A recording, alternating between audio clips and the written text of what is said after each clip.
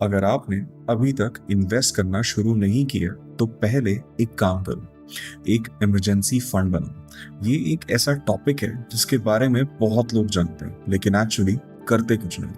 आज इस वीडियो में हम बात करेंगे इमरजेंसी फंड होता क्या है, कितना बड़ा होना चाहिए, कैसे बनता है और इसको रखना कहाँ चाहिए। सीधा, सिंपल और प्रैक्टिकल। पहले ये समझते हैं कि असल में ये चीज है क्या। देखो, इमरजेंसी फंड एक ऐसा पैसा होता है जो आप अपने रेगुलर खर्चे और इन्वेस्टमेंट से अलग रखते हैं, वो भी सिर्फ एक काम के लिए, अगर कभी कोई अनएक्सपेक्टेड सिचुएशन आए तो आपके पास रेडीमेड कैश हो। अब कुछ लोग यहाँ कंफ्यूज हो जाते हैं कि इंश्योरेंस तो है ही ना, फिर इमरजेंसी फंड चाहिए क्यों। देखो, इंश्योरेंस और इमरजेंसी फंड दोनों अलग चीजें हैं। इंश्योरेंस उन सिचुएशंस के लिए होता है जो आप कंट्रोल नहीं कर सकते, जैसे एक्सीडेंट, डेथ, सीरियस इलनेस। उन इवेंट्स के अगेंस्ट आप प्रोटेक्शन लेते हो एक मंथली प्रीमियम देकर, ये बिल्कुल सही है। लेकिन कुछ सिचुएशंस ऐसी होती हैं जो अनएक्सपेक्टेड होती हैं लेकिन इंश्योरेबल नहीं होती। एग्जाम्पल, मान लो आपकी जॉब चले गई, 1 से 3 महीने लग गए नई जॉब ढूंढने के लिए। इस बीच में आपका रेंट रुकने वाला नहीं है, बिजली का बिल रुकने वाला नहीं है, खाना छोड़ दोगे क्या? बिल्कुल नहीं। तो उस बीच ये जो खर्चे हैं असल में आएंगे कहाँ से? इसके लिए ही इमरजेंसी फंड बनाया जाता है। ये उन सिचुएशंस के लिए है जो प्रोडिक्ट नहीं कर सकते लेकिन प्लान जरूर कर सकते हैं। अब सीधी बात करते हैं कि आखिर एक इमरजेंसी फंड कितना बड़ा होना चाहिए। तो मिनिमम टू मिनिमम 6 महीने का इमरजेंसी फंड होना ही चाहिए। आइडियल सिचुएशंस में 12 महीने का हो तो और बेहतर। 12 महीने का बनाने में टाइम लगता है, स्पेशली जब आप अपने करियर की शुरुआत में। लेकिन 6 महीने एक सॉलिड स्टार्टिंग पॉइंट है। अब ये 6 महीने कैलकुलेट कैसे होते? सिर्फ आपके नीड्स के बेसिस, वांट्स के बेसिस पर नहीं। नीड्स वो हैं जो रोकना मुश्किल है, रेंट या होम लोन ईएमआई, बिजली, पानी, फोन जैसी यूटिलिटी बिल्स, ग्रोसरीज और खाना, कोई भी चल रही लोन की ईएमआई, ट्रांसपोर्ट और बाकी के बेसिक एक्सपेंसेस। वांट्स वो हैं जो रोकना पॉसिबल है, जैसे कि रेस्टोरेंट्स में खाना, नए कपड़े खरीदना, phone upgrade, weekend trips, OTT subscriptions. Emergency funds wants रोक सकते हो, नीड्स नहीं रोक सकते। तो सिर्फ नीड्स का टोटल लो, वही आपका मंथली एसेंशियल एक्सपेंस है।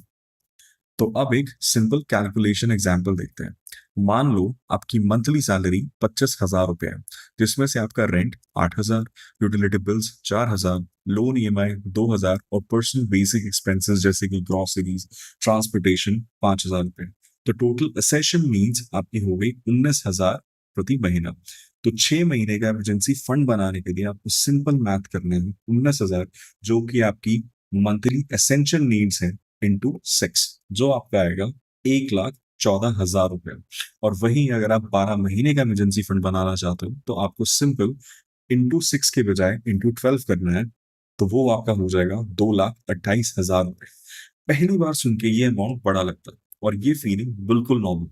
अगर आपके पास अभी 5,000 महीना बचा रहे हो तो 6 महीने का फंड बनाने में ही 22 से 23 महीने लग सकते हैं, सिर्फ सेविंग से। ये अनकंफर्टेबल रियलिटी, इसलिए लोग इमरजेंसी फंड बनाने से अवॉइड करते हैं। लेकिन इस प्रॉब्लम का भी सोल्यूशन है और वो आगे बात आता है।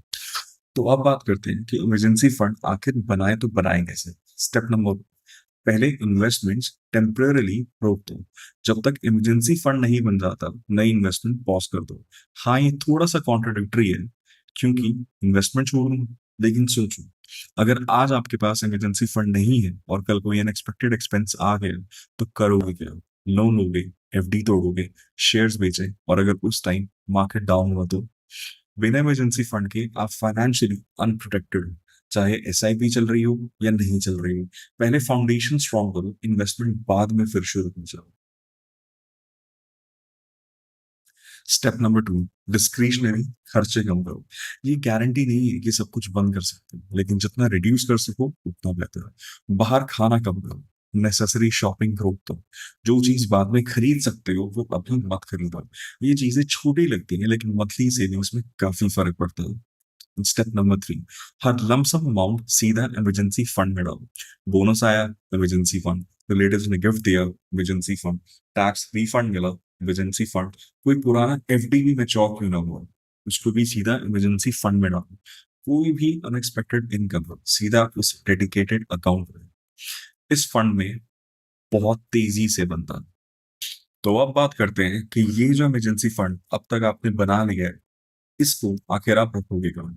और ये सबसे इंपॉर्टेंट हिस्सा रहने वाला है। क्यों? क्योंकि इमरजेंसी फंड को हमेशा एक अलग बैंक अकाउंट में रखना चाहिए। वही अकाउंट नहीं जहां आपकी सैलरी आती, एक डेडिकेटेड सेपरेट सेविंग्स अकाउंट हो सिर्फ और सिर्फ इसके लिए। तो आखिर क्यों एक अलग अकाउंट? क्योंकि अगर ये पैसा आपके रेगुलर अकाउंट में रहा तो उसे आप यूज कर लोगे, गारंटीड। कोई ना कोई चीज आएगी, कोई डील, कोई प्लान, कोई क्रेविंग, और अकाउंट बैलेंस थोड़ा ज्यादा देके आप उसे यूज कर लो। फिर इमरजेंसी फंड कभी कंप्लीट ही नहीं होगा। अलग अकाउंट का मतलब है ये पैसा एग्जिस्ट तो करता है लेकिन दिखता नहीं आपकी डेली लाइफ में, और यही सही है। तो समरी में, पहले अपना मंथली एसेंशियल एक्सपेंस कैलकुलेट करो, उसे 6 से मल्टीप्लाई करो। ये है आपका इमरजेंसी फंड टारगेट। उसे बनाने के लिए नंबर वन, इन्वेस्टमेंट टेम्परेली रोक दो। नंबर टू, डिस्क्रिशनरी खर्चे कम करो। And number three, her lump sum amount इसमें डालो। इसको एक अलग अकाउंट में रखो ताकि ये आपके रेगुलर इनकम से मिक्स ना हो। इसको क्रिप्टो, स्टॉक्स, गोल्ड या रियल एस्टेट में मत डालो। ये बोरिंग लगता है, डिलिबरेटली बोरिंग ही है। इमरजेंसी फंड एक्साइटिंग नहीं होता, वो सिक्योर होता है। और सिक्योर होना एक्साइटिंग होने से ज्यादा इंपॉर्टेंट है जब लाइफ अनएक्सपेक्टेड टर्न लेती है। अगर आपके पास इमरजेंसी फंड नहीं है, यही एक चीज है जो सबसे पहले बनाना चाहिए। इन्वेस्टमेंट बाद में होती रहेगी। वीडियो यूजफुल लगाओ तो लाइक करना, और अगर कोई क्वेश्चन है तो कमेंट में जरूर पूछना। मिलते हैं अगले वीडियो में, तब तक सेफ रहो और सोच समझ के खर्च करो।